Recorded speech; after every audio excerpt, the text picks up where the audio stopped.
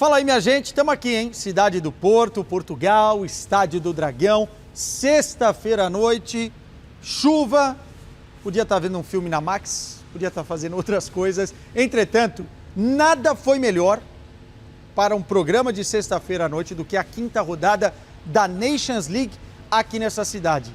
E olha que eu estou falando do segundo tempo, tá? De Portugal e Polônia, partida que colocou Portugal já classificado em primeiro lugar para o Final Four da Nations League. Portugal venceu o jogo por 5-1, mas quem vê o placar, imagina que Portugal arrebentou desde o primeiro minuto até o fim. E foi uma história bem diferente. Aliás, o primeiro tempo muito sonolento, para não trazer um outro adjetivo aqui para a seleção portuguesa, porque foi um primeiro tempo muito ruim, dos piores tempos dessa seleção sob o comando do técnico Roberto Martínez. Parecia que Portugal iria sofrer, parecia inclusive que a Polônia estava muito mais próxima de fazer 1-0 do que propriamente Portugal. O goleiro Diogo Costa teve que trabalhar algumas vezes, é verdade.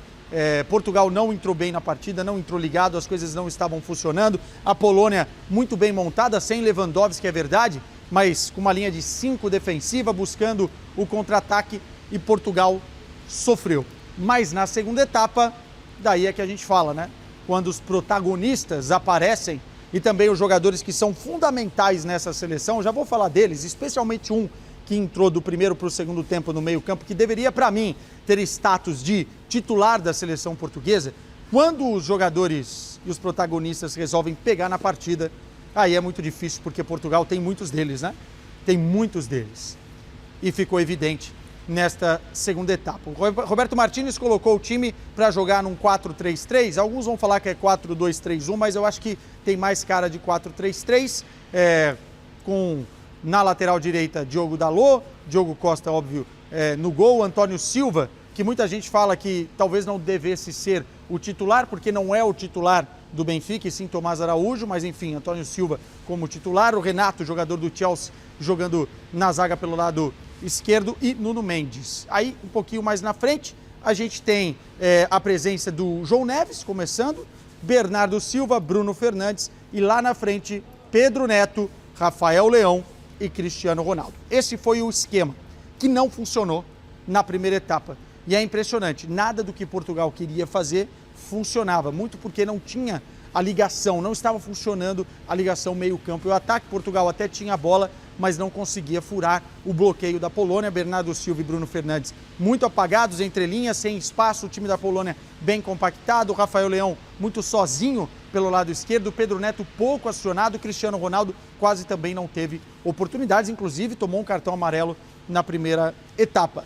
Entretanto, o jogo virou. Segundo tempo, Roberto Martínez voltou com o Vitinha no meio-campo no lugar do João Neves. Eu gosto muito do João Neves, mas realmente o jogo proposto por Portugal, ou no jogo que ele estava fazendo, não conseguia conectar a defesa com o ataque, não conseguia criar esse elo. Estava muito postado entre os zagueiros, muitas vezes na primeira fase de construção, e não conseguia ser esse cara. O Vitinha entrou, mudou totalmente a cara do jogo. Quero fazer um parêntese aqui sobre o Vitinha.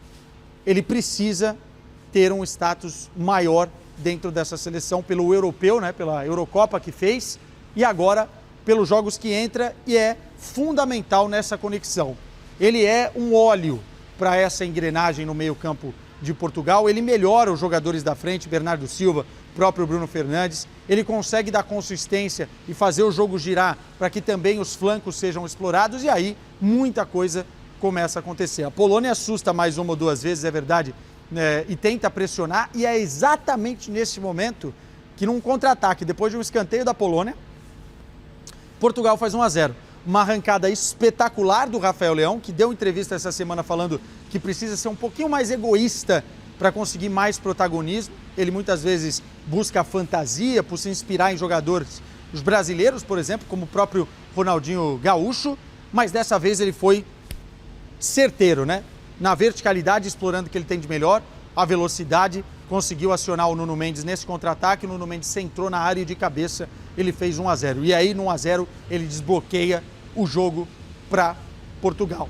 Na sequência tem uma penalidade, Cristiano Ronaldo bate, como sempre, muito bem, raramente perde penalidades. Depois o Bruno Fernandes faz um gol que é um absoluto golaço, um dos melhores da carreira do Bruno Fernandes, com muita liberdade, recebe a bola do Vitinha, que continua azeitando esse meio campo e acerta o ângulo, um golaço. A bola ainda bate na trave caprichosamente, morre lá dentro, o 3-0. Depois, ainda Portugal faz o 4-0 com o Pedro Neto e finaliza com o Cristiano Ronaldo. E aí vai rolar a discussão. Foi bicicleta? Foi voleio? Foi bicicleta? Foi voleio? Não sei, é difícil a gente cravar, né? Para mim foi mais bicicleta do que voleio, mas ó, pouco importa. Vamos abrir o parêntese para ele, Cristiano Ronaldo. Não estava bem no primeiro tempo, assim como toda a seleção. Estava até meio apagado no jogo pelas circunstâncias, a bola não estava chegando tanto. No primeiro tempo, depois de tomar o cartão amarelo, eu quero ressaltar aqui um comportamento dele. Ele chamou o estádio para cima. Ele convocou a torcida de Portugal para jogar junto e também mexeu com os jogadores dentro de campo. E eu acho que é aí que mora o diferencial do Cristiano Ronaldo. Num jogo, 5ª rodada de Nations, Portugal vendo a Croácia perder para a Escócia, já classificando e tal, ele não para, né? Ele tem muita fome e dentro de campo buscou incansavelmente fazer o que ele fez. O gol de pênalti é mais um, né? Sempre muito bem executado, como eu falei. Agora, a bicicleta é um show à parte, é para levantar o estádio do Dragão, que se emocionou mais uma vez com a atuação de Cristiano Ronaldo aos 39 anos, cara. Ele não se cansa. Talvez por um objetivo pessoal, mas sim também pelo amor pela seleção. Pelo amor pela seleção. São 910 gols na carreira com esses dois marcados. 135 gols com a camisa de Portugal. É uma história muito bonita. Nessa Nation são 5 jogos, 5 gols. E ele realmente é um dos grandes protagonistas da seleção portuguesa. Isso era muito importante na vida do Cristiano depois da Eurocopa, em que ele não conseguiu fazer gols com a bola rolando, em que ele foi muito criticado e que agora, na reta final da carreira, ele consegue voltar e se estabelecer como um jogador único, já que a seleção não pode nem contar com Gonçalo Ramos e muito menos com outros jogadores dessa posição, né, como centroavante. O Cristiano Ronaldo está dando muita conta do recado, é o capitão da seleção e ficou claro hoje que num jogo que poderia ter sido o Rafael Leão melhor em campo, o próprio Vitinha, como eu falei, ele pegou a responsabilidade no final e conseguiu fazer esse jogo difícil se tornar num espetáculo. E isso é tão bonito dentro do futebol. Cristiano Ronaldo, Pedro Neto, Bruno Fernandes, Bernardo Silva não viajam para fazer o jogo contra a Croácia. Portugal já garantiu a classificação no Final Four da Nations League em primeiro lugar do seu grupo, com a derrota da Croácia. E agora está tudo mais tranquilo para a seleção portuguesa do técnico Roberto Martínez. Só para a gente fechar, Cristiano Ronaldo deu uma entrevista depois do jogo, parou na zona mista, não para a gente, estávamos lá presentes, mas sim para os detentores de direito da competição. E falou sobre os 1000 gols e falou também sobre a continuidade da carreira. Eu acho que eu destaco esse trecho. Ele disse que ainda vai jogar 1 ou 2 anos, ainda não sabe. O que deixa em aberto a possibilidade dele parar daqui a 1 ano. E aí não disputaria a Copa do Mundo 2026. Sinceramente, faltando 90 gols para ele bater a marca de 1000, conhecendo o Cristiano como a gente conhece, e aí não estou chamando para mim, porque todo mundo conhece o Cristiano dessa forma, eu acho que ele vai parar só depois que ele bater essa marca, no final de 2026, daqui 1 ou 2 aninhos.